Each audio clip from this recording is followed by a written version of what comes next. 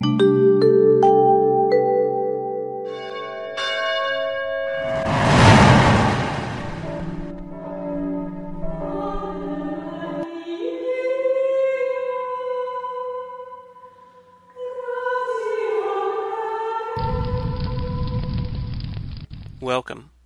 I'm Sebastian Mahfood, and you're listening to WCAT Radio, the on-air wing of En Route Books and Media, bringing you the dulcet sounds of Catholic wisdom.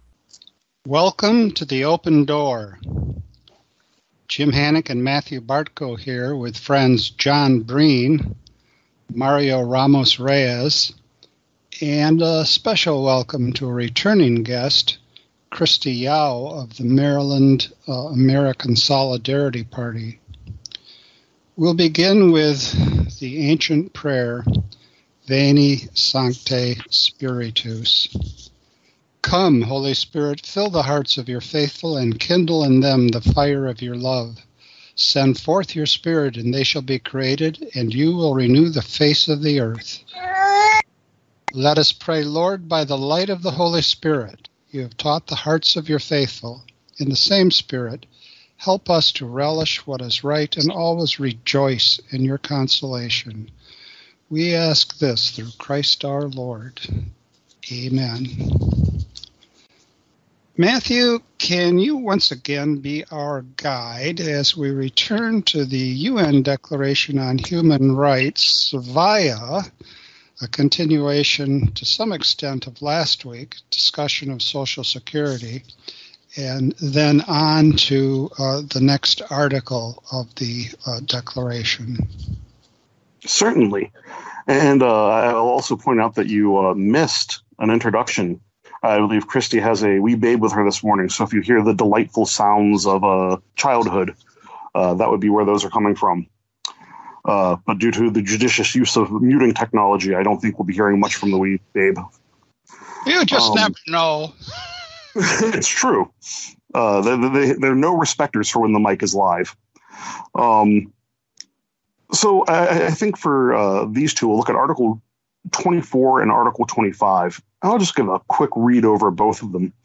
Article 24, everyone has the right to rest and leisure, including reasonable limitation of working hours and periodic holidays with pay. Article 25, everyone has the right to a standard of living adequate for their health and well-being of himself and his family, including food, clothing, housing, and medical care, and necessary social services, and the right to security in the event of unemployment, sickness, disability, widowhood, old age, or other lack of livelihood in circumstances beyond his control. Motherhood and childhood are entitled to special care and assistance. All children, whether born in or out of wedlock, shall enjoy the same social protection.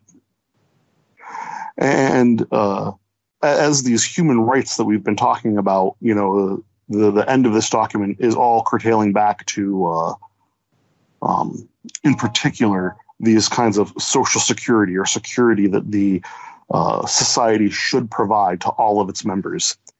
I think we would do well to remember the horrors of industrialization when it was unchecked, and we would have people literally working to death in the flour mills and working to death in the iron mills, etc.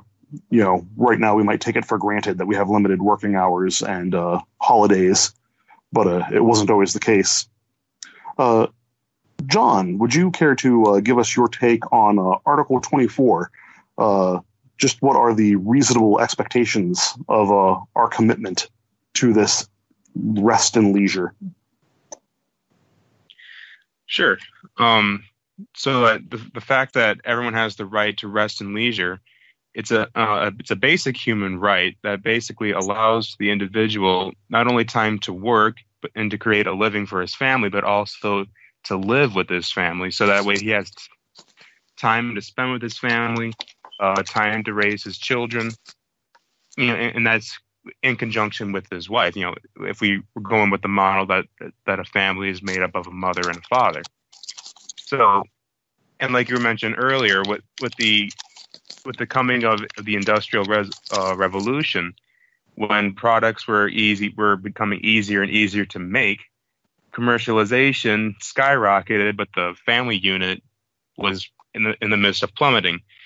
And this is, and if anyone remembers the great author Charles Dickens, the old English author there, it was abuses to the right of rest and leisure that he was writing his stories about.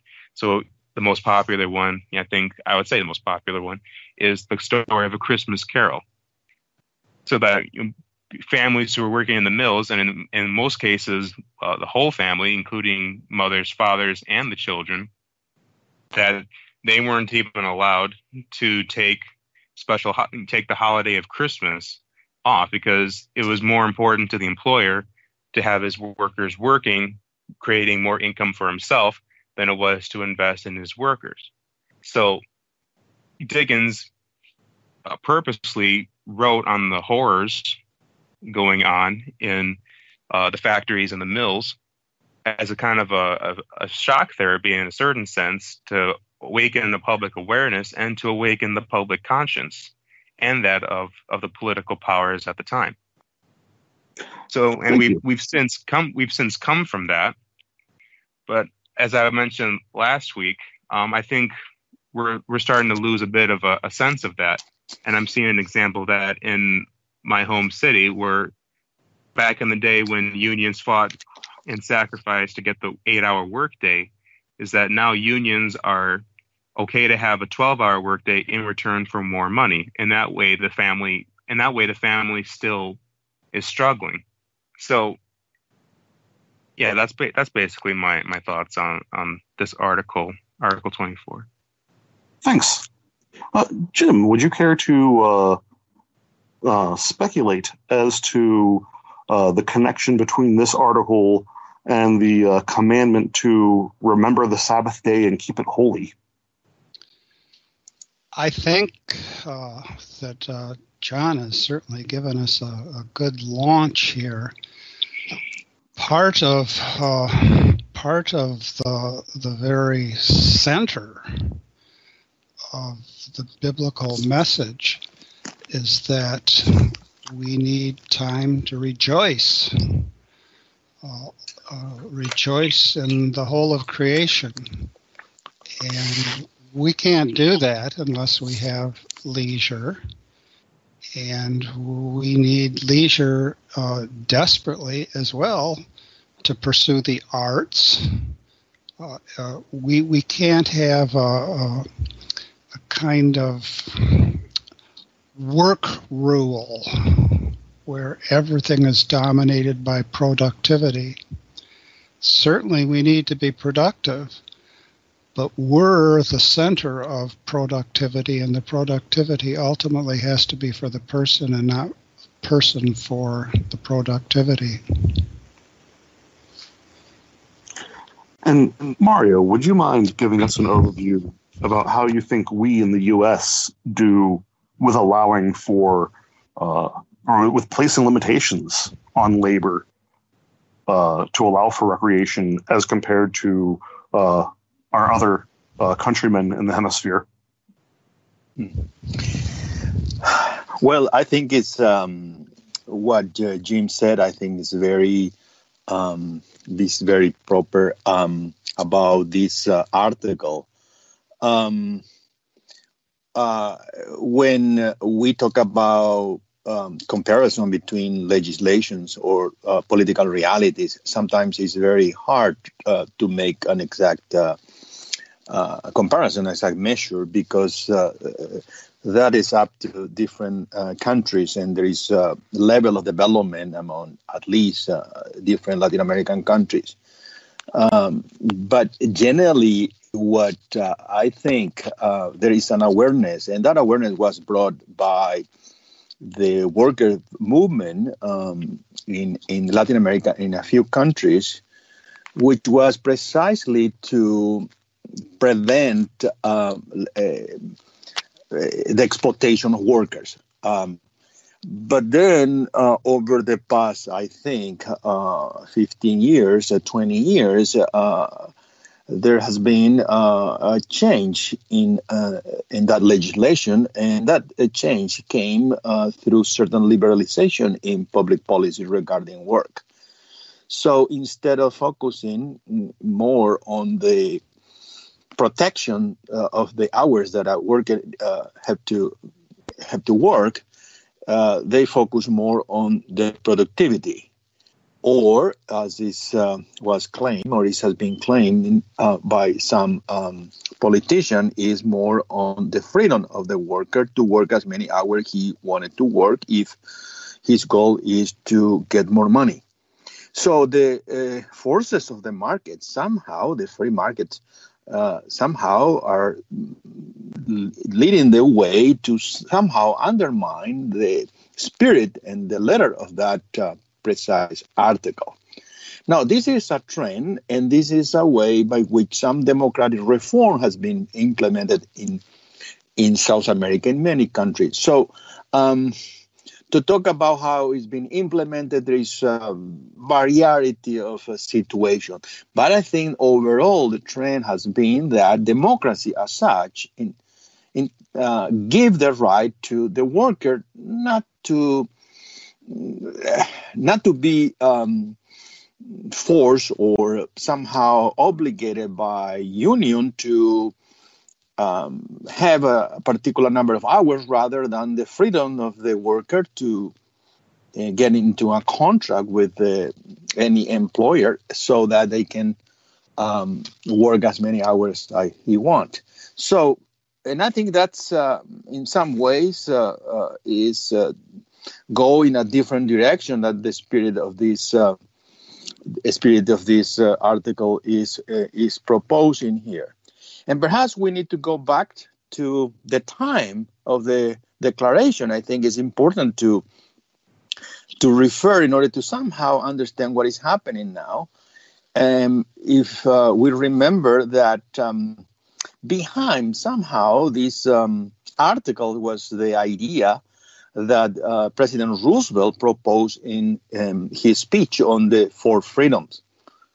And so for freedom here, perhaps we may point out at least the third freedom that he was mentioning there, about freedom from want, freedom from need. So somehow we are interpreting the freedom from need is just to let me do whatever I want in order to get productivity, regardless how many hours I'm working a week. Now, if that then is the case, the economic fabric or the social fabric in our society become really competitive and sometimes completely indifferent to the community itself, and we focus only on our self-interest, and then we have just democracy, which is not precisely what this declaration thought from the beginning. Thank you. Christy, may I ask you to comment on any of the difficulties or perceived solutions you might have for how society can protect this right to leisure and rest in a world where some people are working 2 or 3 jobs? I mean, how do we protect people who work in the gig economy, et cetera, to be able to have access to this time off? Sure. So I think one definite thing is looking at making more jobs full-time instead of part-time, instituting benefits, raising minimum wage. Of course, we've all heard this, but I think looking at this globally, looking at more incentives to fair trade. I think a lot of times we think of this as purely kind of an American issue, and somehow we're a more privileged people and able to have such things as days off and weekends, but I don't think it should be that way. I think we should look at making this a global reality. Gotcha.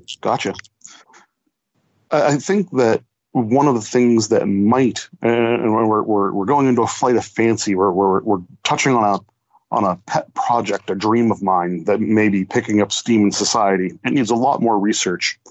But I think one of the things that may empower individuals, empower workers to have a stronger foot negotiating with their employers and to have increased flexibility to pursue livelihood of their own choosing, as opposed to for security purposes, depending on just taking what job they know they can get and keep, would be the idea of a universal basic income. There are all kinds of ideas for it out there, but if the panel will indulge, there are 5 principles that I think of when I think of universal basic income. One would be to set the poverty level after every census here in the U.S. to the lowest amount at which a person can afford basic amounts of clothing, food, healthcare, shelter, education, and transportation needed to participate in society. Then to have the poverty level be increased with inflation and decreased with deflation annually between sentences. To abolish existing welfare programs and for Social Security programs to stop accepting new applicants, and for the removal of things like minimum wage laws that restrict people being able to work where they choose under the arrangements they choose. To establish a universal basic income of no less than the poverty level for every citizen, and then to subsidize the free relocation to fill demonstrated gaps in the workforce in rural communities. I think that if we had this baseline security so that people weren't working just to live, they were able to work for their improvement and able to work to give back to society and work to attain wealth beyond just basic living standards, that there would be a lot more flexibility and a lot more opportunity for workers to ensure that they were being given these rights to leisure and rest. And I think that's a good launching point into the next article that we're talking about today, as it addresses those very things. How we're going to take care of people who are unemployed, who are sick, who have a disability, widowhood, old age. And with all that, I'll turn it back to John to ask for any of your thoughts on the first part of Article 25. And feel free to weigh in your thoughts on whether or not a universal basic income could be means the society could use to live up to this obligation. Do we still have John? Okay, we'll throw the same question to Mario. What do you think about Article 24, or 25 rather, particularly the first section? And then if you do have thoughts, feel free to share your thoughts on UBI as well. Well, I have been thinking about these articles, and again, these fit very well within the background that we need to be free from our need as much as possible. And this is a principle, an article which set out a principle. So the question would be what public policy would be better in order to implement that principle, whether is the state intervention through Social Security or through some policies based on subsidiarities, or in the case that you are mentioning about the universal basic income. And that will depend on the situation and on the country, on the measure that we have about poverty and all that. But I don't want to really, and I don't have exactly the details about how this is going to affect or what would be the result of those policies. What I would say about that is look at these articles in the context of the model of the democracy that we want to build. If we want to build precisely a democracy which protects those who are in those situations, and we want them to have an adequate standard of living, as this principle states, probably we want to be very careful about the relationship or the harmony, we will, that we have to establish between the dignity of that individual, his own freedom, and the protection that the state will be bringing to that individual. In other words, I'm just not quite comfortable in suggesting that people must be given everything, or at least certain things, so that they somehow don't feel they are worthy of working through his own strength, through their own way of doing things, and get out of poverty. So I agree that we need somehow to give some baseline goods for these people, but at the same time protect their freedom in order for them to start building their own life. So the combination, the harmony between them, between what the state ought to be doing and the freedom of the individual, must be somehow very balanced, because easily this type of policy can go one way or another. And that's the difficult, I think, and the challenge of any political party who want to build a democracy which is based upon certain prudence and not just quite ideological. Go one side, it's just the human freedom of the individual, the state has nothing to do with it, or the other way, just emphasize the intervention of the state and protect everyone based on certain number of taxes, etc., etc. So perhaps we need to start looking at this and try to balance these two elements that are at play here. Thanks, Mario. And Christy, what are your thoughts?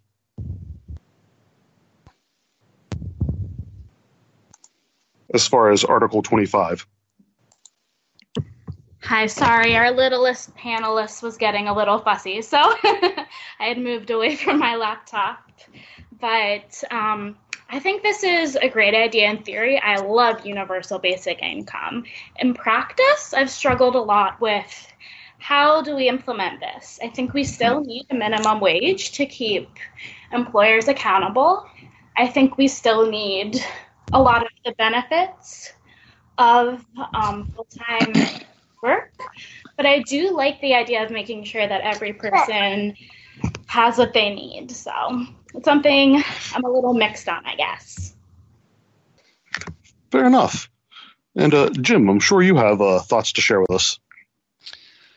Well, I think Christie's being a little mixed up is probably where we should be, and I'm glad the American Solidarity Party in this current discussion, and for some time now, is raising the question of universal basic income. Structurally, it seems to me to be at the intersection of solidarity, everyone's in this together, and subsidiarity.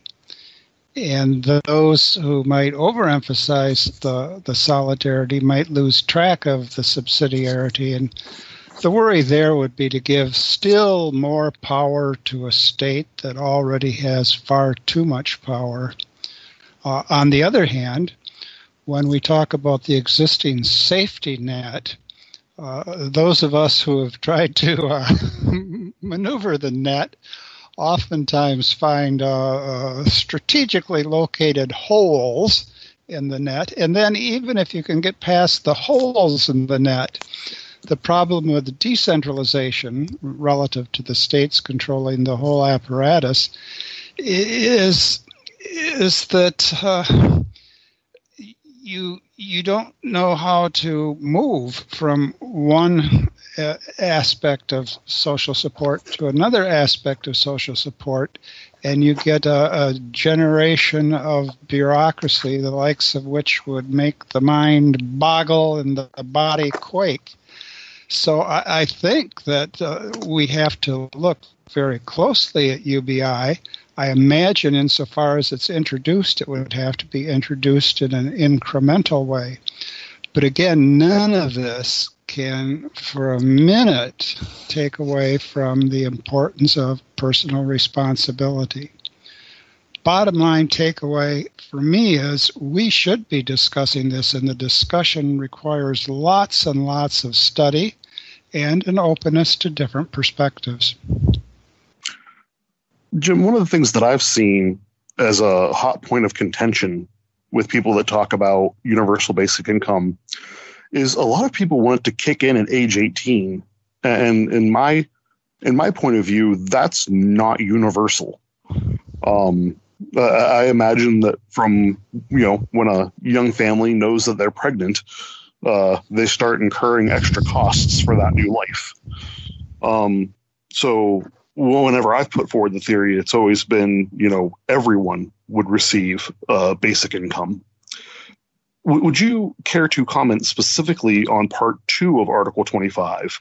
Motherhood and childhood are entitled to special care and assistance. Surely, Matthew, but let me do so by way of your comments. Certainly. Here in California, over the last, 5 or 6 decades, if not more, there's been lots of pride in the quality of public education. And the UC system, the University of California system, has oftentimes been held up as a national model. And yet, there has been a slow, steady, and increasing decline in California education outcomes. And right now, we're pretty close to the bottom. If you find a school system, high school system, that has 50% of its people graduate in 6 years, you're doing very, very well. Now, recent study, and the most recent study shows that what most studies show isn't true, but a very recent and much discussed study has suggested that what's wrong with California students is not so much what happens after they enter the school system, but what happens before they enter the school system. And that the loss of development in the early years is strategic, staggering, neglected, and that calls to mind your notion of universal means universal. And yet, to a great extent, I think that families have the first responsibility for education. And if we have families that, for various reasons, simply don't respond responsibly to the early education of their own children, and we move from that to the state education of these children, I don't think we made any improvement.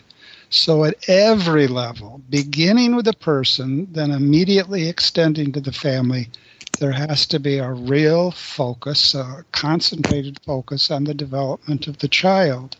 And when that's not there, to think that the state can somehow replace it, it's a worthy goal that the children have that early education, but the state as constituted is, I think, unlikely to provide it.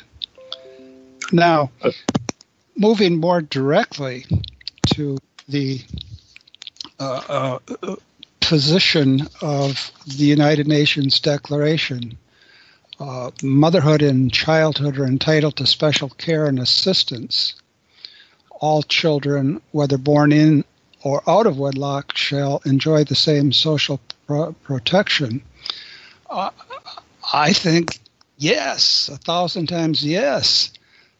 But once again, when the state moves in this direction, some really grotesque things can result. I want to give one example.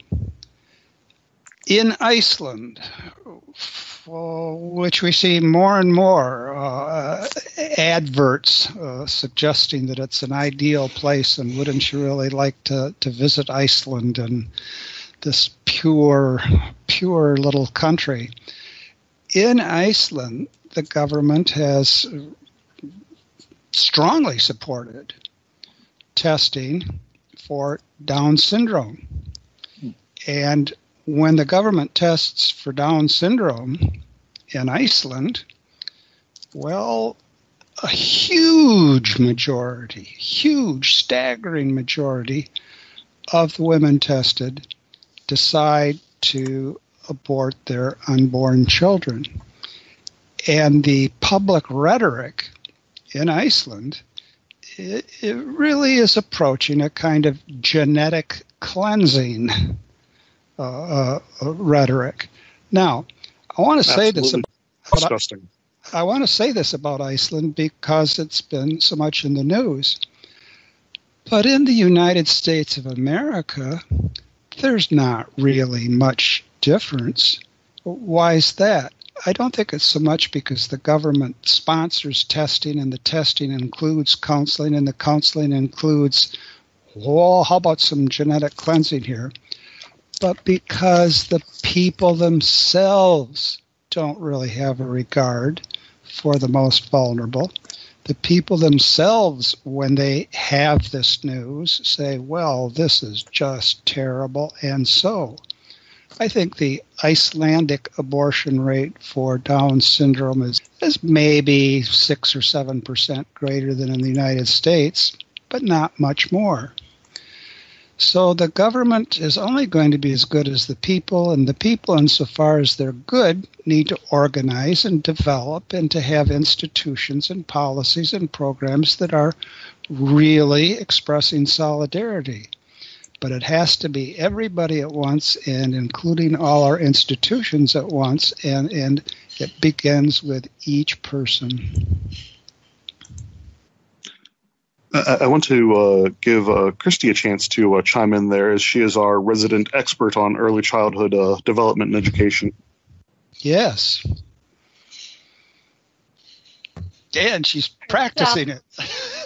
Right now, yeah. I'm really happy that, Jim, you mentioned Iceland and their Down syndrome abortion rate, because I didn't want to be that crazy lady holding a baby talking about eugenics, but I'm glad you paved the way for that. I think a lot of people who think that the universal basic income should exist but should start at 18 are thinking, well, people should only have children if they can support those children, which, I mean, of course, we're called to responsible parenthood. In Humana Vitae, they do talk about, or Pope John VI does talk about having a grave reason for natural family planning, but a grave reason can mean something different for every couple. So there is a fine line between saying you should only have children if you can provide for them, and turning that into kind of a eugenics. Well, you should only have children if you can provide for them an Ivy League education, and if you can give them an Xbox, and if you can do all of this. And I think, honestly, couples kind of err towards the attitude, waiting almost too long to have children and waiting until everything is just perfect. And that's a very kind of eugenist attitude, that we shouldn't have children and we should even abort our children if they're not going to be this ideal model. And in terms of early childhood education, it's very important to have children of all communities, of all incomes, have access to high-quality preschools, have access to high-quality schools. And we're just not seeing that in our communities and our cities. So that's something that should really be stressed. And I really like how Matthew talked about starting the moment a woman realizes she's pregnant, because the development and the first 9 months of life from conception to birth are so crucial and so important. And a lot of times those really get forgotten.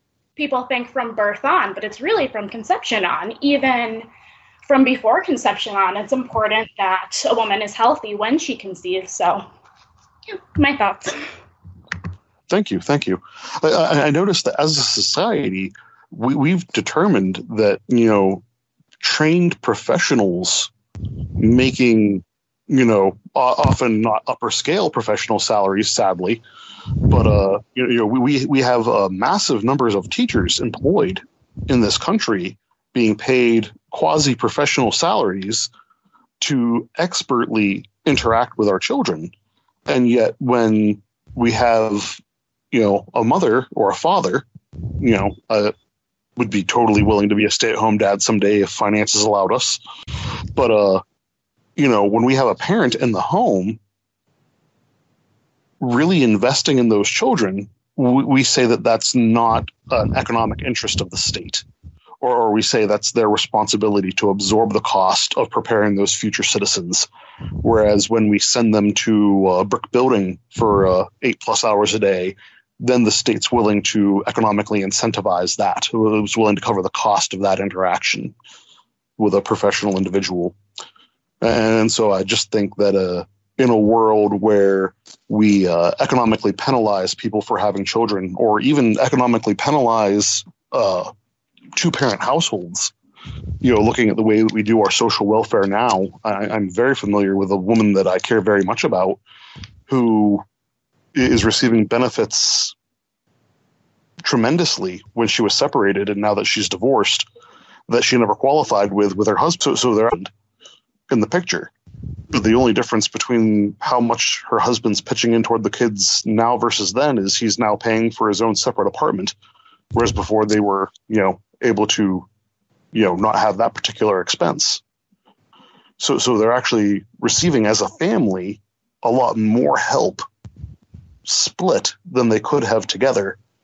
And when they were together, it was just it was much harder on them economically, is where I'm going. John, do we have you back yet? Yeah. Sorry about that. I forgot that I was on mute. It happens to the best of us. I'd love to hear your varied thoughts on the things we've been discussing. Sure. As I was reading the article some time ago, when we first got the email that we were going to cover this, and we were talking about all children that enjoy the same social protection, as far as care and assistance goes, my thoughts went to basically, what about the children who not only are conceived out of wedlock, but what about children who are conceived in the laboratory, like through in vitro fertilization or test tube babies, things like that? And I was thinking, my first thoughts was, man, this document, this article, it's antiquated in a sense, because it doesn't deal with babies conceived in the laboratory as we're dealing with now. But then the more I thought about it, that the word that came up to me was wedlock. So like children who are conceived in the laboratory, they're technically out of wedlock, because when you consider the word wedlock, it's the marital union between a man and a woman.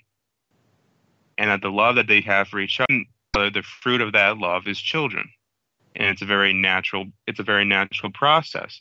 So even in a laboratory with like in vitro fertilization, where even a couple who are infertile, they can still have a baby produced out of their own genetic material. They can contribute their own genetic material into making a baby in the laboratory. That could technically be considered out of wedlock, since it violates the very nature of marriage of itself. So I see the philosophical origin of where you're going, but I don't know of a country in the world where that's a legal distinction they make. I believe all children born with in vitro are considered, natural to their. I don't think there's any legal footing on that. Are you aware of any? No, but that I was pointing out though that even though this article doesn't specifically mention babies in the born outside of wedlock in the sense that it's in the laboratory, I would just wanted to make the point that this article still covers that if we can accept the fact that a child created in the laboratory is technically out of wedlock, and even though it's immoral, that's still a child that's made there, and that child still is can assume the protection of the state as an actual person, regardless of its origins of creation. Unfortunately, with the UN Declaration, it does not go into conception. It doesn't consider anyone pre-birth. If you remember back to our conversations around the Article 1, I realize that was a while back. But even here, it's not talking about conceived out of wedlock. It's talking about born out of wedlock. So the human rights as far as the articles are concerned with are for the post-born, unfortunately. Mario, I'd love to have you weigh in on your thoughts on how the conversation has gone so far. Well, I was listening attentively what you have been saying. I think it's very challenging, but I want to point out one aspect I think we need to take into consideration is that we're talking about society, we are talking about the adequate standard of living, the articles, etc. And it seems that we should not focus exclusively, I think, on economic activity as a way to solve social problems. It's true that when we have certain wants and needs, we want some money in order to solve those issues. That's unquestionable. But then we need to start thinking about something which is precede this economic activity. And I think Jim touched on that issue very well. And it is the question, what is the foundation or the source or what nurtured that political society? It is the individual or it is the family. And I think it's the family because the individual or the person is educated in a family. And in that sense, I think we need to remember what Benedict XVI said once, I think in Veritas in Caritate. He said something of that sort, that economic activity cannot solve all the social problems. Because the economic activity has some logic in it, which is not precisely the logic of relationships. It's more a commercial logic, profit, and things of that nature. But instead, we need to focus on some prior to that, which is where the source of what we call the common good come from. And it's the education of the person. And then we need to focus on the family. What type of education are we providing? And that gives us also to an examine in ourselves, in our own families. Because to call the state to protect even income, etc., that is just something that would come later. But by that time, we may already have certain people who may not really are aware of what is truly human. And today in our society, we know that there is a sense of, not only a sense, a reality of the humanization, not only about abortion, not only about euthanasia, about the language we use.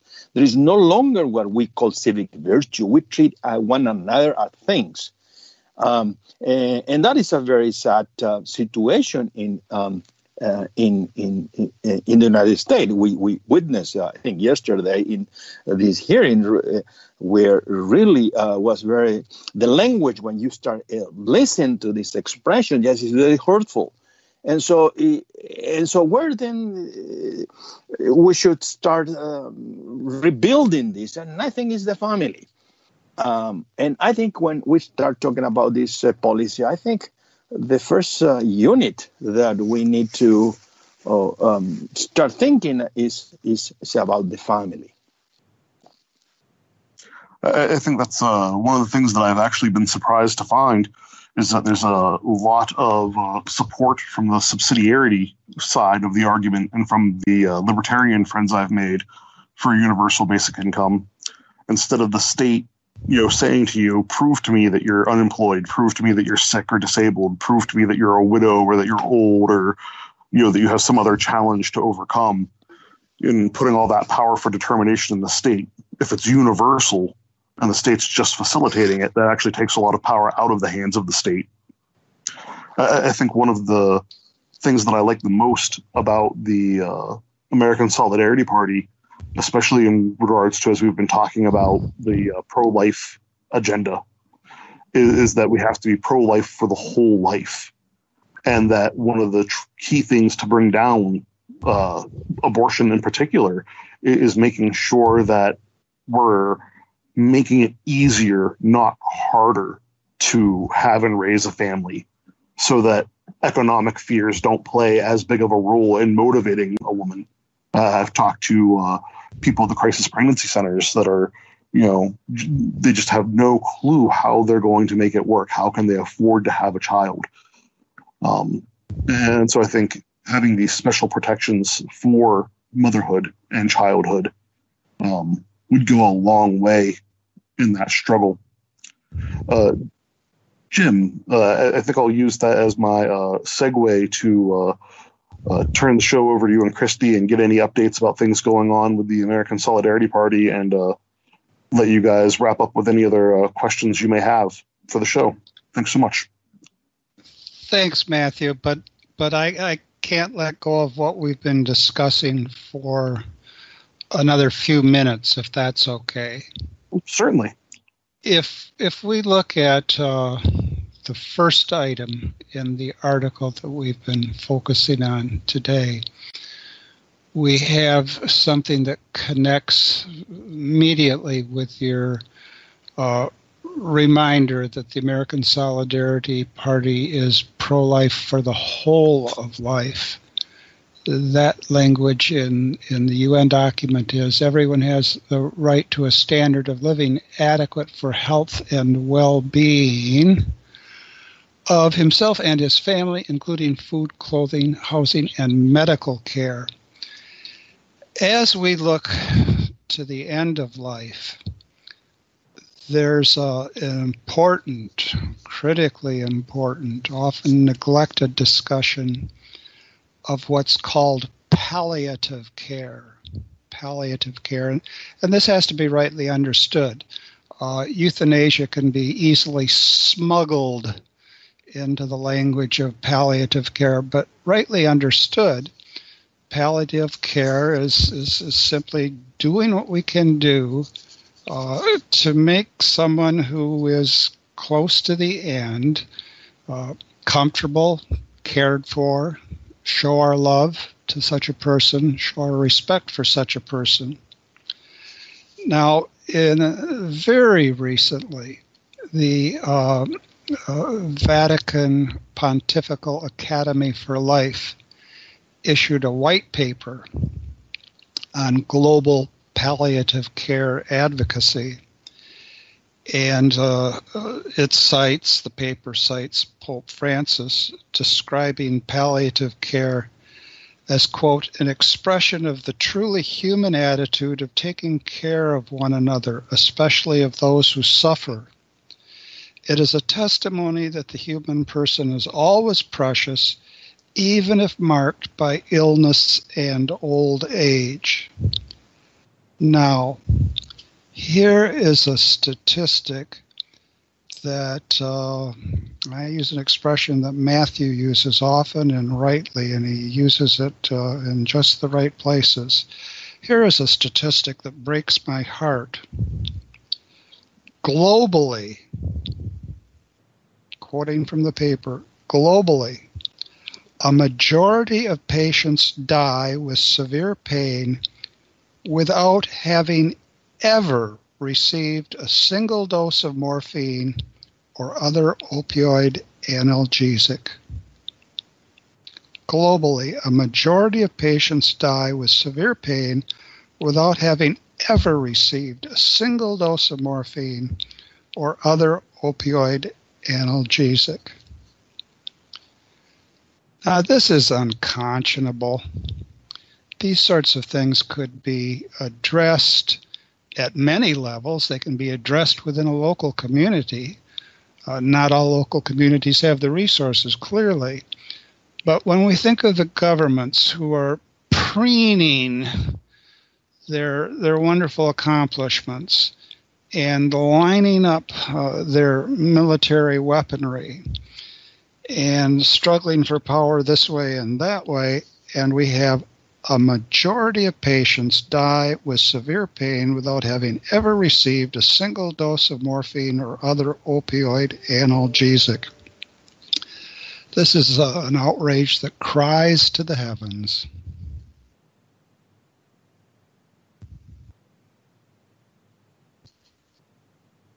Indeed.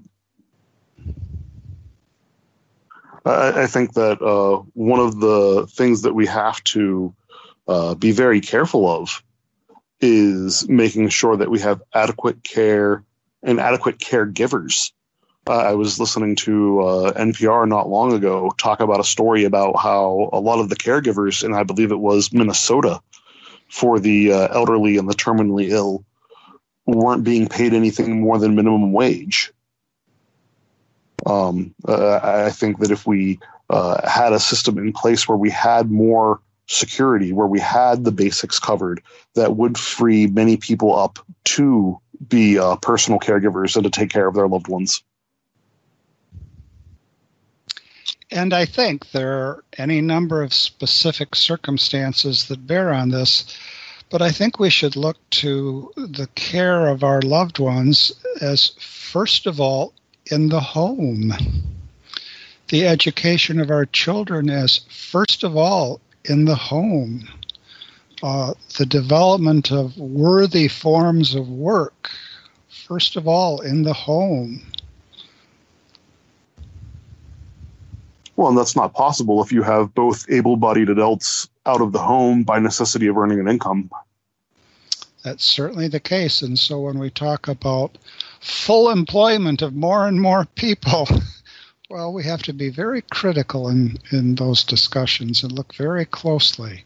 What counts as full employment? What are they doing? If full employment involves more and more people manufacturing and advertising products that we don't really need in the first place, we're going in the wrong direction. Well, Christy, I want to turn it over to you. Maryland leads the way, eh? Or what do things look like in terms of developments and projects in the American Solidarity Party, not here on the left coast in California, but on the fishing coast of Maryland? Sure. So our state just had our elections. We have a wonderful panel of people, so we'll have those kind of announcements of who's doing what position out soon. And we're hosting an anti-nuclear conference in November, on November 15th at Goucher University.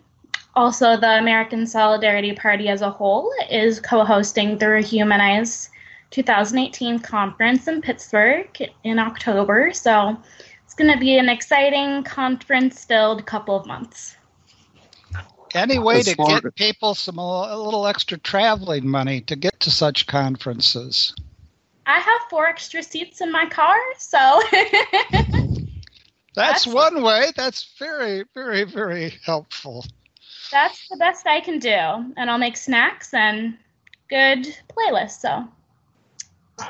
In way of shameless self-promotion, the yes. Life, Peace, Justice Conference being hosted by Rehumanize in, might I say, America's best city, Pittsburgh, is only $45 for student passes, $60 for adult passes, and will be October 12th through the 14th. And you'll have the opportunity, if you come and visit the American Solidarity Table, to meet yours truly. I'll be there along with National Committee member Zebulon Barcelli and a few other Solidarity members I think are planning on stopping by. So it'll be a great opportunity to meet and greet for those of you who can make it to Pittsburgh in October. I'm coming. I'll be there. Hoagie. We want a hoagie. Hey, that's almost half the panel for those of you die-hard Open Door fans. Very good. Christy, back to you here. What can states that aren't as active as Maryland do to get more engaged with ASB activities? Sure. So I would say what you need first is really a core team, and how you gather that is by having different events. So we're actually having our first, at least the first event I've been involved in Maryland, not in kind of the DC area. So I'm a little scared. I'll have to go over the Bay Bridge for those of you familiar with the East Coast. we're having an event in Easton just to get together to try to recruit some new members, try to get in contact with people who I've only met online, and just trying to get a solid team together to talk about these vital issues. And then, of course, social media is so important on kind of connecting people, connecting different people's interests. So, what about people that live in a state like Kansas? What would you recommend to them? Sure. So I would recommend definitely vitalizing, again, that use of social media, the use of emails, maybe having more like Skype conferences, things like that, getting together, even if it's just two people driving like an hour each way to meet for coffee. That's such a valuable thing. So, and what would you say to? I'll go ahead and jump in and point out that in our Midwestern states, we have things like the Fighting Irish and the venerable Notre Dame University, which I know has been home to some ASP meetings. ASP Chicago is one of our more active city chapters. And we also have a good number of members in the Minneapolis-St. Paul area.